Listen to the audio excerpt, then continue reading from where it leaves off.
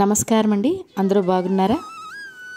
మహాశివరాత్రి ప్రత్యేకత ఏంటి? మరి మహాశివరాత్రి ఈ 2025వ సంవత్సరంలో ఏ రోజు వచ్చింది? తిథి ఏ సమయం వరకు ఉంది? మరి ఉపవాస జాగరణ సమయాలు ఏంటి? ఏ సమయం వరకు జాగరణ చేయాలి? మరి ఉపవాసం ఎప్పుడు విరమించాలి? ఇలాంటివన్నీ కూడా ఇప్పుడు ఈ వీడియోలో చూద్దామండి. నేను మీ Ashwini. Welcome back to Ashwini thoughts. మాఘమాసంలో కృష్ణపక్ష చతుర్దశి తిథి అర్ధరాత్రి అంతా వ్యాపించి ఉన్న రోజును మనం శివరాత్రిగా జరుపుకుంటామండి. హిందువుల్లో అందులోని పరమశివుని భక్తులకి ఈ మహాశివరాత్రి అంటే ఒక పెద్ద పండగ లెక్కేనండి. ఆ రోజు గురించి సంవత్సరం అంతా వేచి అంటే స్వామిని ఎలా మనము ఆరాధించాలి అని చూస్తూ ఉంటారండి. సంవత్సరం అంతా పూజ చేయలేని వాళ్ళు కూడా ఈ రోజున పూజ చేయడం వల్ల మొత్తం పాపాలన్నీ కూడా తొలగిపోతాయండి. అంతటి మహిమాన్వితమైన రోజండి మహాశివరాత్రి. మామూలుగా అన్ని పండుగలు మనం పగటిపూట జరుపుకుంటాం. రాత్రిపూట జరుపుకునే ముఖ్యమైన పండుగ అంటే అది మహాశివరాత్రి అండి. మహాశివరాత్రి రోజే శివుడు మనకి అర్ధరాత్రి జ్యోతి స్వరూపుడుగా ఉన్న శివుడు లింగ రూపంగా ఉద్భవిస్తాడండి.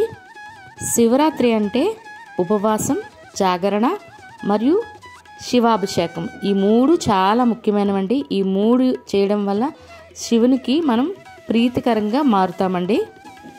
శివుడు లింగోద్భవం అవ్వడానికి ఒక పురాణ కథ కూడా ఉంది.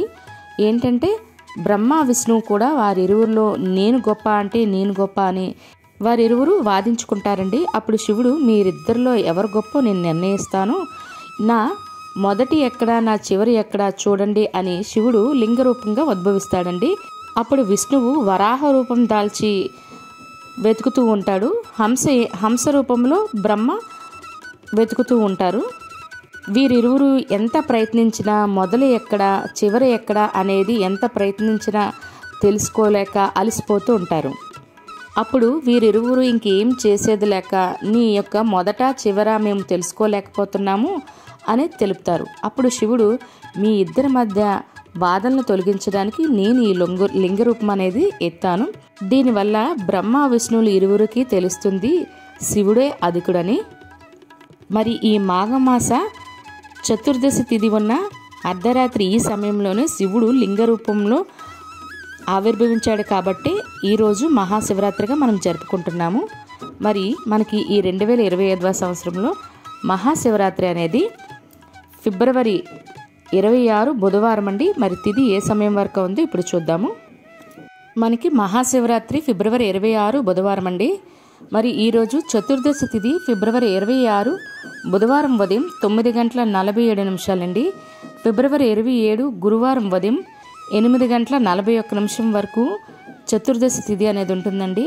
మనం ఇందాకలు అనుకున్నట్టే చతుర్దశి అర్ధరాత్రి మనకు ఫిబ్రవరి 26 బుధవారం ఉన్నది కాబట్టి మనం ఈరోజు ఫిబ్రవరి 26 బుధవారం అనేది మహాశివరాత్రి పండుగ అనేది జరుపుకుంటామండి.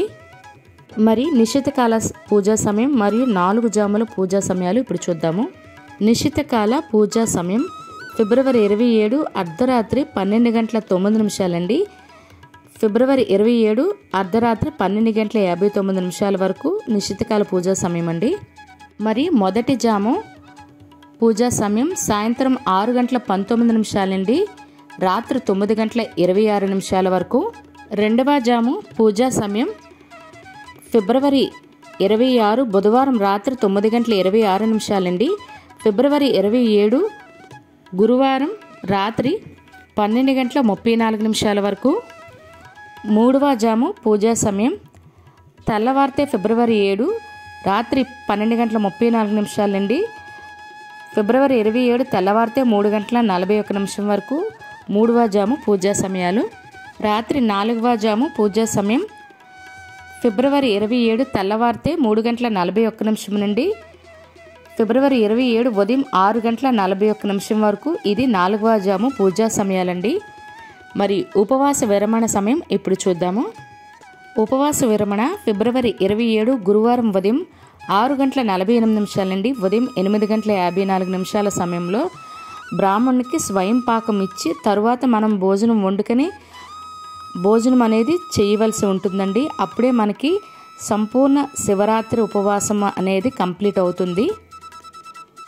చూసారు కదండి వీడియో. మీకు ఈ వీడియో నచ్చితే మీ ఫ్రెండ్స్ అండ్ ఫ్యామిలీ మెంబర్స్ కూడా అవసరం అనుకుంటే వాళ్ళకి ఫార్వర్డ్ చేయండి.